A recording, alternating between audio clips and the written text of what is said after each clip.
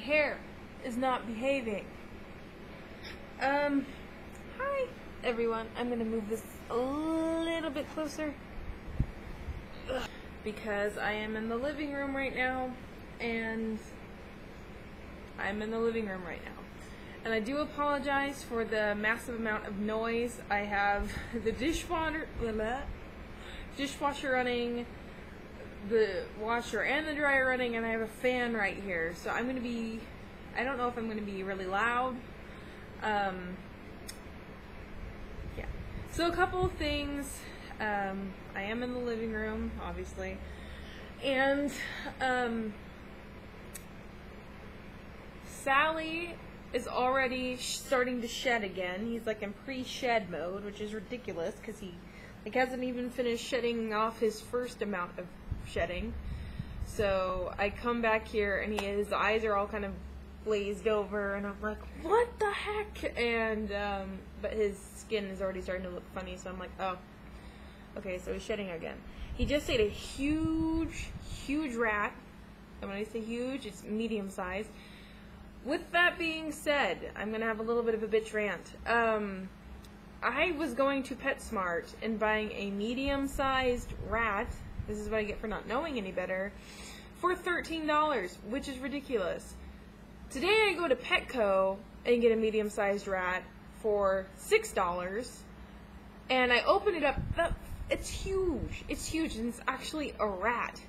Then I realized that PetSmart has been giving me medium-sized mice for $13. I'm never going to go to PetSmart again to buy their feed, because that's ridiculous. He's huge and fat and yawning, and he's just chilling out. My roommate, Kelsey, caught a spider today, and I go into the kitchen and it's stuck underneath a cup, and it's a hobo spider. And so I bleached it to death. With all that being said, I actually had a few things I kind of felt like I wanted to talk about, but I can only think of one on the top of my head. I'm probably going to make more later. Probably. I'm not saying that that's a promise. But it's something that's really been bothering me and has been weighing down. It's been weighing down my soul, and it's something that I struggle with and feel like I need to confess to. I don't really need to confess to everyone, but it's something I'd like to talk about because I know that it's kind of a social kind of taboo thing, and it is something that I struggle with. So I'd like to talk about porn. Yes, I do watch porn, and when people say that women don't watch it, that's a lie. Women do watch it. And I'd like to talk about why I feel women are inclined, or at least I have been inclined to watch it, and the issues that come along with that. Firstly, this comes along with this idea of what intimacy should be. There's this kind of stigma that women don't watch porn because they aren't visually stimulated. I don't think that's entirely true. I think that women are stimulated in a lot of other ways as well, but I wouldn't entirely dash out visual because I find it stimulating, so I don't know. But it's this question of intimacy and needing intimacy, and this is where there's an issue with porn. Porn it's a primitive opinion regarding nearness. So we get kind of pulled into this supposedly breaking the fourth wall, stimulation regarding sex. And for women, we have this kind of, I hate saying we because not all women are like this, but for me it kind of revolves around wanting to feel intimate because I myself haven't been in an intimate relationship really ever. And so it kind of comes along with this idea of experimenting or, gaining knowledge and stuff. But as stimulating as it is, there is definitely an emptiness that comes along with it. And that's kind of a warning I want to give for people who want to watch porn. There are women who are totally against it. Good for you. You don't need to watch this. But for women who are curious about it, it kind of goes without saying that these situations that these porn stars are in and stuff are not realistic.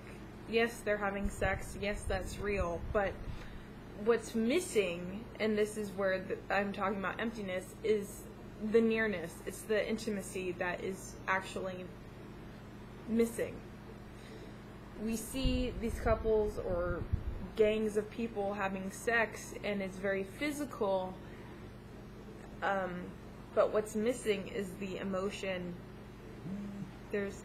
That's what's missing. That's the connection that's missing. And so what I'm finding is that, yes, I might be physically fulfilled, but on the flip side of that is that I'm not emotionally or spiritually fulfilled. It's completely missing. It's not there. And so the danger with pornography is that you kind of get hooked on the physical. But what's missing, and it will kind of throw you off in real life, is... Oh my god, that totally scared me. I thought that was smoke. It's just steam coming from the stove. Holy crap. What's missing... God. What's missing is the connection to the other human being. It's more than just, touching and groping and the sensuality of all of it. What needs to be part of it is, your connection to another soul, to another human being, and being on the same level. There has to be kind of emotional give and take. And that's kind of, I keep saying the danger. And it is dangerous, because if you get kind of caught up with having porn be your idea of what intimate relationship is going to be, you're going to be let down or very, very confused. Because, if you think that everything's going to be all physical, that's not what's going to happen. Or you're not ever going to get that emotional connection with someone. And nothing might even happen because that person wants the emotion and you don't want to give it, and that's an issue. So, with that being said, I would like to say that it can become a bit of an addiction. It really can. And what I'm finding is that as much as it's good stress relief, it's not healthy, and it's not spiritual, and it's not right. It's just not good for me, and it's not good for, to kind of add on to the porn industry isn't good in itself, because these women are being paid, and the men are being paid to have sex with strangers, and, it's not good. But the issue is that it becomes physically addicting and physically tempting. And so, as much as I say you, what I mean to say is that for me, there comes times throughout the day, where my body's like, oh, let's do this, and it becomes a really vicious cycle, and again, at the end of it, I feel very empty.